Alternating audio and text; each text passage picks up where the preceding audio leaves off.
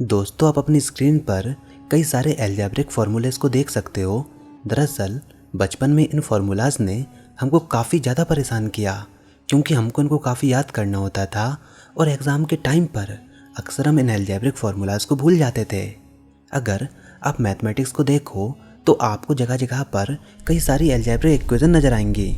Of course ये equation हमारे लिए मैथमेटिक्स को काफ़ी ज़्यादा आसान बनाती हैं, बट क्या आप जानते हो अलजेब्रा हमेशा से ऐसा नहीं था जैसा कि आज हम इसको पढ़ते हैं। चलिए आज हम ये जानने की कोशिश करते हैं कि आखिर कैसे अलजेब्रा का एवोल्यूशन हुआ।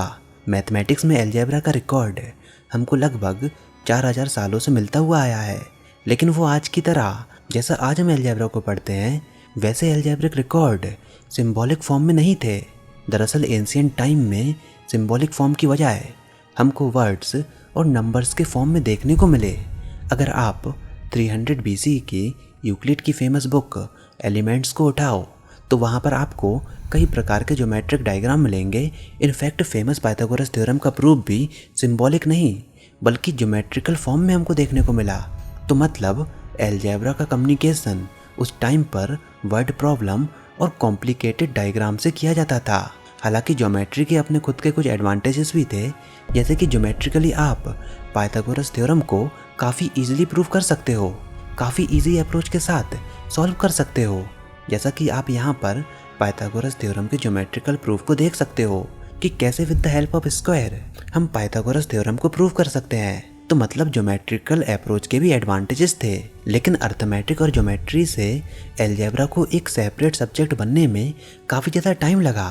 पहले हम लोग अर्थमेटिक को सेपरेटली पढ़ते थे और ज्योमेट्री को सेपरेटली पढ़ते थे, क्योंकि रियल वर्ल्ड एप्लीकेशन में उस टाइम पर इनका काफ़ी ज़्यादा यूज़ होता था। लेकिन अब मैं आपको लेकर चलता हूँ मेडिवल टाइम में। यहाँ पर मैं आपकी मुलाकात कराता हूँ 19th सेंचुरी के एक पर्शियन मैथमेटिशियन से जिनका नाम था मोहम्मद इब्न मूसा अल ख्वारिज़मी। और अगर आप गूगल पर सर्च करो कि who is the father of algebra तो आपके सामने अल ख्वारिज़मी का नाम आएगा। दरअसल इन्होंने अपनी स्टडी कालिफ अल मामुन में की। ये बगदाद बेस्ड यूनिवर्सिटी थी, इसको हाउस ऑफ विजडम भी कहा जाता था। उस टाइम पर अरेबिक ट्रांसलेशन मूवमेंट अपने पीक पर था। मतलब ग्रीक, इंडिया और बाकी के एंशिएंट मैन्युस्क्रिप्ट को दुनिया भर के कोनों से कलेक्ट करके इस्लामिक एम्पायर में लाया जा रहा था और उन सारे मैन्युस्क्रिप्ट को अरबी में ट्रांसलेट किया जा रहा था। इंपीरियलिज्म वैसे तो काफ़ी वायलेंट होता है, लेकिन अल्टीमेटली इससे नॉलेज का भी एक्सचेंज होता है। इंपीरियलिज्म मतलब जब बड़ा देश अपनी पावर को दूसरी टेरिटरीज पर एक्सटेंड करते हैं तो उसको इंपीरियलिज्म बोलते हैं। तो जब ऐसा होता है तो यहाँ पर नॉलेज और कल्चर का भी एक्सचेंज होता है। इसका नतीजा ये हुआ कि 12th सेंचुरी तक यूरोपियन अरबी सीखने लगे, जिससे कि अरबी में लिखी हुई किताबों को वो लैटिन में कन्वर्ट कर पाएँ। इसमें टॉलमी की किताब अल्मेगिस्ट भी शामिल थी और यूक्लिड्स की एलिमेंट मैन्युस्क्रिप्ट भी शामिल थी। इसके साथ ही साथ अरबी वर्ल्ड ने जो काम किया था, खासकर अल ख्वारिज़मी ने, इन सब की मैन्युस्क्रिप्ट को लैटिन लैंग्वेज में कन्वर्ट किया जा रहा था। और आपको ये बात जानकर काफ़ी हैरानी होगी कि जो एक्स आप मैथ में पढ़ते हो, हाँ वही अननोन एक्स जो अलजेब्रा में हम फाइंड करते रहते हैं, वो एक्स दरअसल इन्हीं मैन्युस्क्रिप्ट के ट्रांसलेशन का नतीजा है। खैर उस टॉपिक पर अभी हम थोड़ी देर में बात करेंगे एंड मे बी इस पर मैं एक डिटेल्ड वीडियो भी बनाऊं। तो अभी मैं आपको एक बात बताता हूं कि जो अलजेब्रा अभी हम बोलते हुए आ रहे हैं, दरअसल एंशिएंट टाइम में पहले अलजेब्रा जैसा कुछ भी नहीं था। हाँ, हम उसे यूज़ करते थे, लेकिन उसका स्पेसिफिक नाम हमको अल ख्वारिज़मी के आने के बाद पता लगा। अलजेब्रा शब्द उनकी लिखी गई किताब के पहले शब्द से आया है। उनकी किताब का नाम था अल जबर वल मुकाबल। अब इस बुक के टाइटल के पहले वर्ड को पढ़िए, अल जब्र, और इसी वर्ड से अलजेब्रा आया है। ट्रांसलेशन के दौरान अलजेब्रा अल जब्र से बना है। इस बुक के टाइटल का मतलब समथिंग ऐसा होता है, the compendious book on calculation by completion and balancing. अब यहाँ से कंप्लीशन शब्द उन्होंने रियल लाइफ प्रॉब्लम से लिया था। कंप्लीशन मतलब कंप्लीटिंग द स्क्वायर। इस मेथड को आपने अपने स्कूल में क्वाड्रेटिक इक्वेशन को सॉल्व करने में सीखा होगा। अब अल ख्वारिज़मी ने इक्वेशंस को सिंबॉलिक फॉर्म में नहीं लिखा था जैसे कि आज हम लिखते हैं, इंस्टीड उनकी बुक अर्थमेटिक फॉर्म में थी, लेकिन जब यूरोप में इसका इम्पैक्ट पड़ा और जब उसको लैटिन में ट्रांसलेट किया गया तब तक हिंदू अरेबिक डेसिमल सिस्टम भी सामने आ चुका था। एंड देन इस किताब का ट्रांसलेशन मॉडर्न वर्जन में ज़्यादा सिंबॉलिक है। खैर जो भी हो, लेकिन फिर भी अल ख्वारिज़मी को हम द फादर ऑफ अलजेब्रा ही कहते हैं। दरअसल उनका पर्पस था स्टूडेंट्स को बेसिक प्रॉब्लम सिखाना रियल लाइफ के केसेस में, जैसे कि inheritance, legacies, partitions, lawsuits and trades, एक दूसरे के साथ डील करने में, ज़मीनों की लंबाई नापने में, कैनाल्स को खोदने में, ज्योमेट्रिकल कंप्यूटेशन करने में और भी कई सारे टास्क जो कि रियल लाइफ से डील करते हैं। उन्होंने सिस्टमेटिकली वर्ड फॉर्म में लीनियर और क्वाड्रेटिक इक्वेशन को फॉर्म किया और उनका मेथड एल्गोरिथमिक था, मतलब वही वो अननोन वैल्यू को फाइंड करना जिसको मॉडर्न टाइम में हम एक्स और वाई बोलते हैं। इनफैक्ट एल्गोरिथम वर्ड जिसका मतलब कैलकुलेशन और ऑपरेशन को परफॉर्म करने के रूल्स, दरअसल ये वर्ड एल्गोरिथमी से आया है। जैसा कि अभी मैंने आपको कुछ देर पहले बताया था कि ये सारी चीज़ें अल ख्वारिज़मी के वर्क को लैटिन में कन्वर्ट करने के टाइम हुई। अब देखिए, सिंबॉलिक इक्वेशन की ब्यूटी ये होती है कि इसमें जर्नल पैटर्न को देखना काफ़ी आसान होता है वर्ड प्रॉब्लम के कंपैरिजन में। जैसा कि आप यहाँ देखिए, यहाँ पर मैंने एक स्टेटमेंट लिखी हुई है, take the square of the unknown number, then add the unknown number to itself and take the sum away from the square, now let the total be 8। अब इस स्टेटमेंट को आप सिंपली लिख सकते हो x square minus 2x equal to 8। देखिए कितना simple task. अब ये दिखने में हमको सिंपल लग रहा है, लेकिन उस टाइम नहीं था। इनफैक्ट बचपन में वर्ड प्रॉब्लम हमको इसलिए ही सिखाई जाती हैं ताकि हम उनको इक्वेशन में कन्वर्ट कर लें। आई होप आप इसको रिलेट कर पा रहे होंगे। अब पहले के मैथमेटिशियन ऐसी हर एक इक्वेशन को सेपरेटली सॉल्व करते थे, बट अगर आप यहाँ पर ध्यान से देखो तो आपको एक पैटर्न दिखेगा।